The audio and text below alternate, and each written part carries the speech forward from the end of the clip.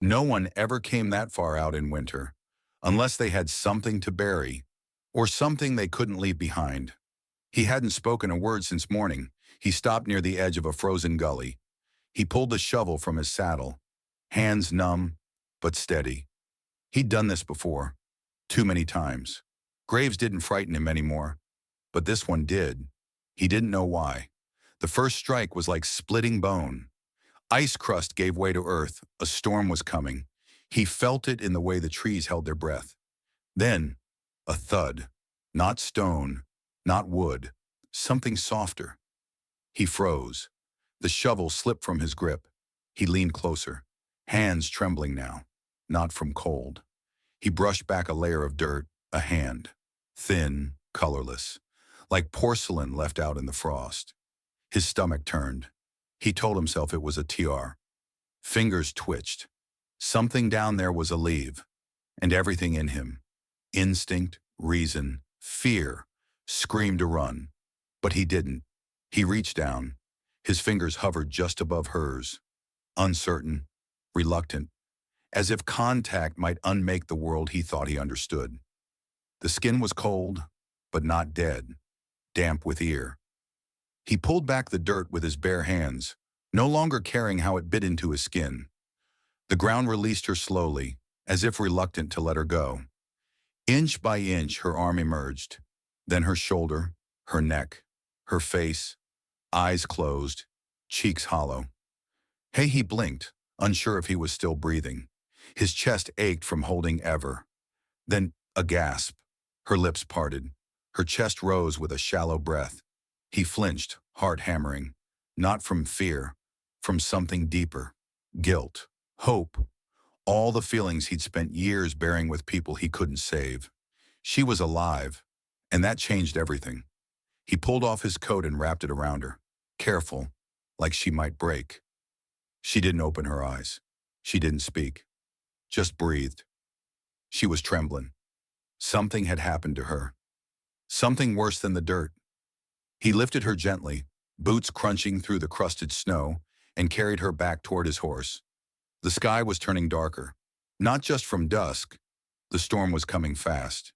He didn't know who she was, didn't know who buried her, but someone had meant for her to die. And now, she was his to protect, whether he wanted it or not. Snow fell harder by the time his horse moved slow, careful, as if it too knew something sacred had been pulled from the dirt. The wind hissed through the pines. A raven watched from a bare branch, black against. He glanced down once. Her fingers had found his shirt, clutching it lightly unconsciously. A child's grip. It stirred something raw in him, something old and cracked over from too many years without softness. He hadn't meant to care, but it was already too late. The cabin came into view, a shadow tucked deep between the trees. Smoke curled faintly from the chimney. He'd left the fire burning. He swung down and caught her before she slipped, cradling her close, boots crunching over the ice-packed step. Inside, the warmth hit like a wave. The fire had caught stronger than he expected. He laid her down on the cot in the corner, beside a stack of old quilts. She didn't stir, didn't open her eyes, but her breathing was steadier now, deeper. He sat beside her, just watching. Outside, the storm buried their tracks. No one had seen them ride in, and for now, that was the only mercy he could offer. Morning broke pale and cold. On the cot, she stirred, a faint rustle under the quilts. Her eyes opened, slow, cautious, blinking into the hush of the room. For a moment, she didn't move, just stared at the ceiling, the wooden beams, the shadows curling along the walls. Her fingers gripped the wool like it might vanish if she let go. She sat up, stiffly, she looked around. A worn chair, a chip. Her eyes drifted to the door. Snow was packed hard against the threshold. Beyond it, woods, cold, the fence. She curled it. He finally turned, just a glance, then walked over, picked up a clean shirt from a shelf, and set it gently on the edge of her bed. Then he went back to the fire. Not a word. But she watched him now, a little longer, and didn't run. The road into town was half mud, half ice. Snowmelt trickled in narrow veins along the ruts, catching morning light like veins of glass. His horse moved slow but steady, hooves sucking into the thawing ground, breath pluming ahead of them like smoke from a tired chimney. He hadn't been to town since fall. No need. The harvest was gone, the cattle thinned, the cabin stocked. But now, he needed cloth, soap, a comb, boots small enough for a girl who hadn't spoken since he'd untied her from that fence. Main Street sat quiet under a gray sky. Shutters closed.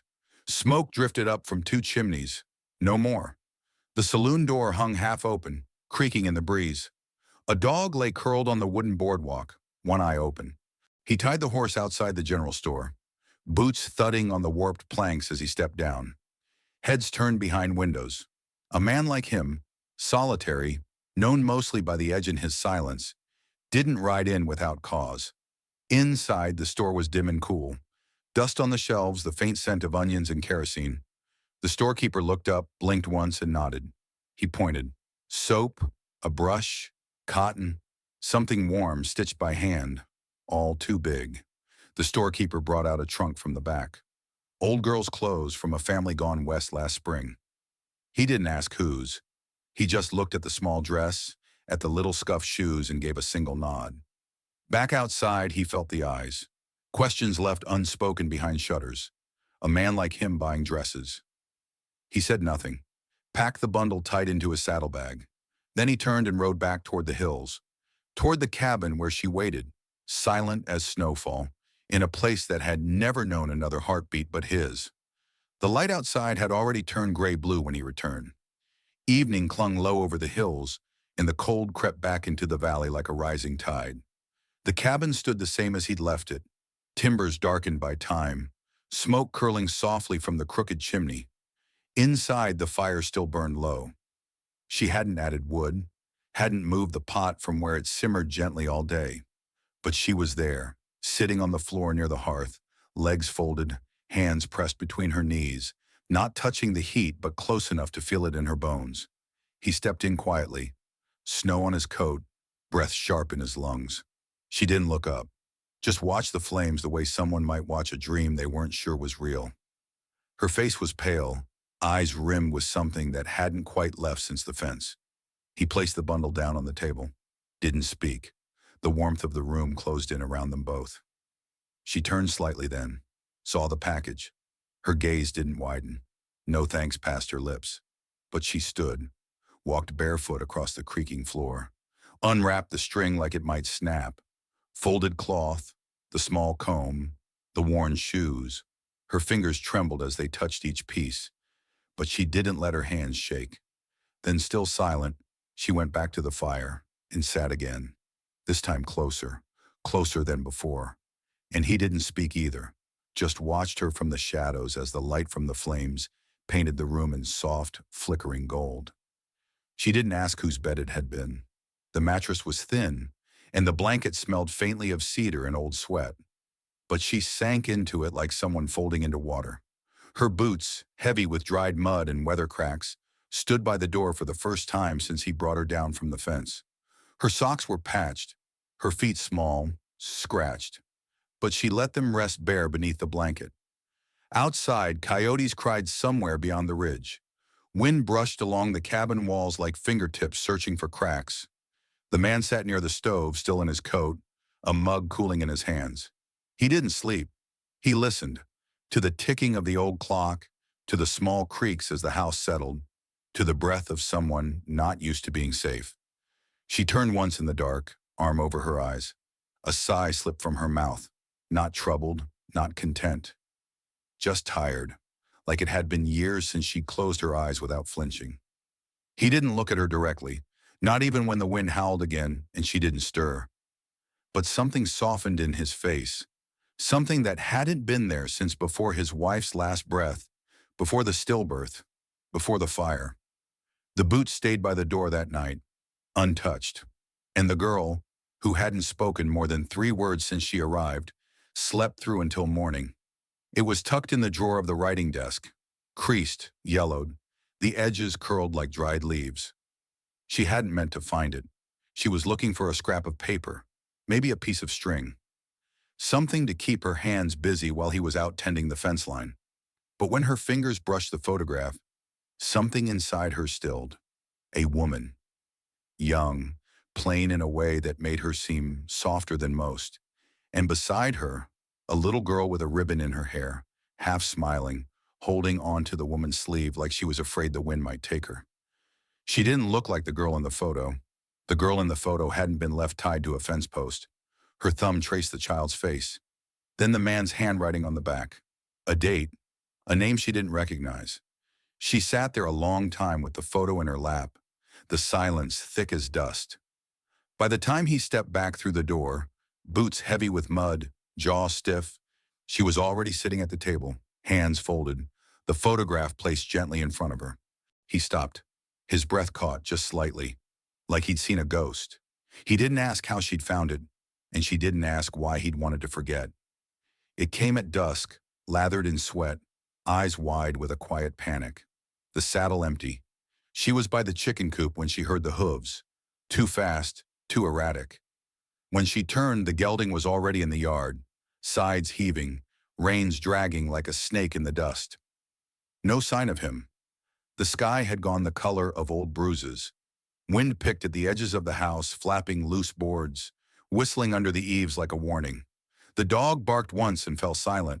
She walked to the horse slowly, her hands out, voice low though she said nothing. The animal flinched but didn't bolt. There was blood on the saddle horn. She ran her fingers over it, still tacky.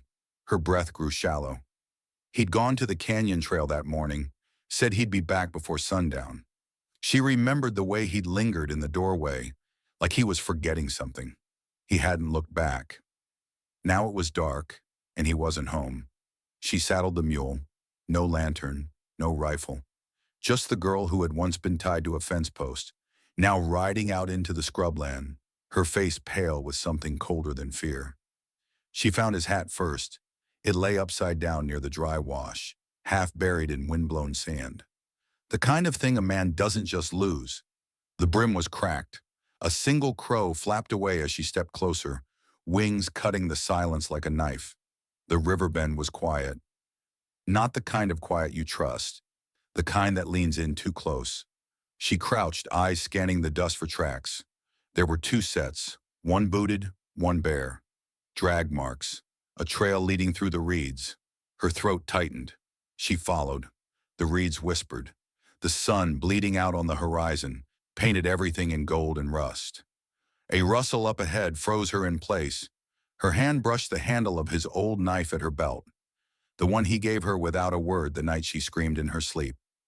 Then she saw him, face down in the water, shirt torn, motionless. She didn't cry, just waded in. The water was cold enough to take her breath, but her hands didn't shake. She turned him over. His eyes blinked. Not dead. Not yet. He tried to speak, failed. Blood bubbled at his lip. She hauled him out by the shoulders, inch by inch, until he lay gasping on the bank like something born again. Behind them, the reeds shifted. She didn't turn, just reached for the knife. She wasn't that girl anymore. The horse came back without him. She saw it from the porch, limping, lathered, reins dragging like torn veins through the dust. Dried blood on the saddle horn, a single feather caught in the stirrup leather, black and sharp. She didn't run. She went inside, took the rifle down from the beam where he always kept it. Her hands were steady. By the time she reached the cottonwoods, the wind had changed, carried the scent of smoke and something else. Old leather, gun oil, sweat, fear. He stood in the shadows, backlit by a dying fire. The man who'd been hunting them, wide hat, scar at the jaw, a toothpick shifting slow between his lips. Watching her. The girl did not speak. The man took one step forward, boots crunching on burned grass. "You're her," he said finally. "The one he kept." She didn't answer. He looked her over like weighing meat. "Your father," he muttered, "was right to leave you tied." Her breath didn't change. Her finger tightened just slightly on the trigger. Then a sound behind him. Soft, broken. And the rancher stepped from the dark, his face bloodied. a length of rusted chain in his hand. No words were exchanged. The cottonwoods trembled. A crow called once, then fell silent, and just like that, it was over. Morning came pale and shivering. The storm had passed, but it left behind a sky scraped clean, the kind that made everything too visible, too real. She stood barefoot at the edge of the wash, the hem of her nightgown stained red with dust. The riverbed was dry now, but last night it had roared like something alive, swallowing the tracks, the blood, the man. Down where the cottonwoods bent low, she found it. A torn scrap of blue muslin tangled in a branch, the fabric from the dress she'd worn when he first found her. A piece she'd lost weeks ago in the wind, or thought she had. She touched it gently. The cotton was sun-bleached, stiff, fraying along the edges, but real, solid, proof of something, of survival maybe, of time. Behind her the house creaked. The porch boards moaned. He hadn't come out yet. She turned, climbed back up the bank with slow steps. Each footfall pressed deeper than it should in the soft earth. Something in her chest ached. Not pain exactly, but the pressure of something unspoken. A kind of mourning for the girl who had arrived here bound and half-starved, with no name and no hope. At the door she paused. The shadow of the rocking chair moved faintly in the breeze. The rifle leaned beside the door, just as she'd left it. And on the table inside, folded with surprising care, was a new dress, stitched from calico, her size. She stepped inside and closed the door behind her. The latch clicked like a line drawn. The wind had changed. By dusk, it carried the smell of creosote and horses. Not his horses, not hers. A different dust, sharper, older. He stood on the rise above the paddock, one hand resting on the fence post, eyes fixed on the horizon. The girl was behind him, watching the same place, the distant notch in the hills where the trail curved like a scar. Neither spoke. Below, the goats had gone still.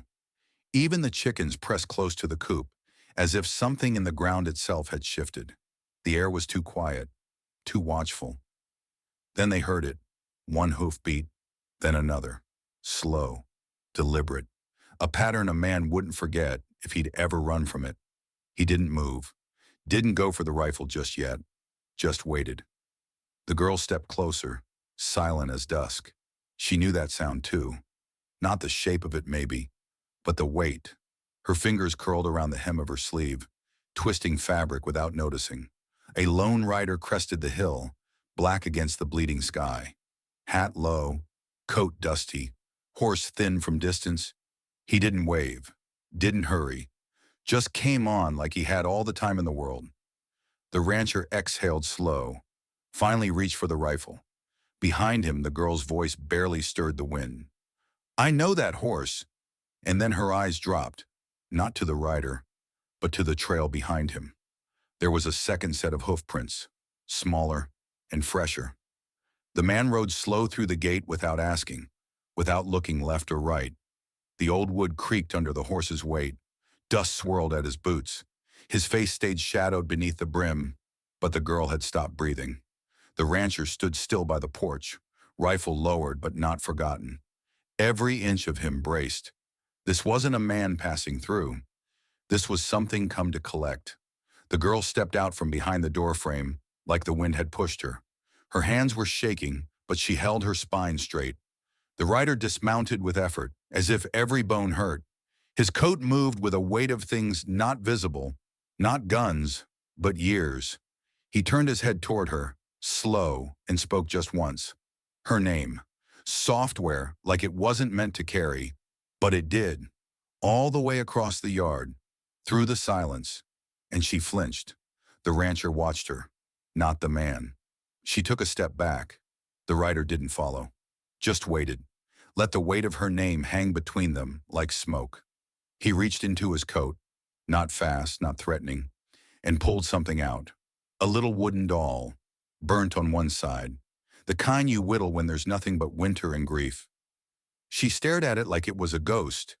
The rancher raised the rifle again, slow and steady, but the girl put a hand on his arm, not to stop him, to hold herself up. That night, no fire was lit. The wind crawled under the door and whispered through the boards like it knew something no one dared say aloud.